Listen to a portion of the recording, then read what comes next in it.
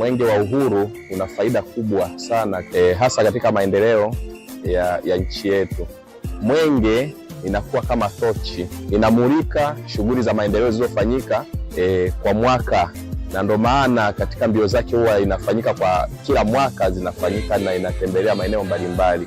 Kwa hiyo mwenge unapotembelea unahakikisha kwamba maendeleo na fedha ambazo zimetolewa na serikali katika kutekeleza miradi ile imetekelezwa kwa thamani ya fedha iliyotolewa. Kwa hiyo pale ambapo kunakuwa na changamoto, mwenge unamulika na inakuwa nafasi sasa kwa serikali kufuatilia ni kwa nini fedha zilizotolewa na miradi iliyotekelezwa fedha inaonekana kubwa lakini mradi haukidhi viwango.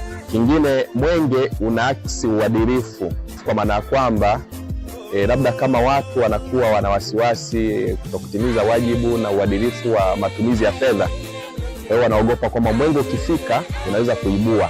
Kwa hiyo wito wangu kwa jamii, wananchi, siku ya mwenge wajitokeze kwa wingi kuweza kuhakikisha kwamba mwenge inakuwa tunu ya taifa.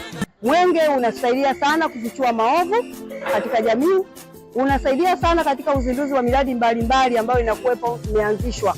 Kwa hiyo mwenge una muhimu mkubwa sana. Ninawahamasisha na ninawaomba wanajamii, pale mwenge unapokuwa unapita, mfike kwa wingi ili kuweza kuona miradi mbalimbali, na pia kwa wale upande wa shule, basi tunawaomba wanafunzi waelimishwe zaidi kwa vitendo.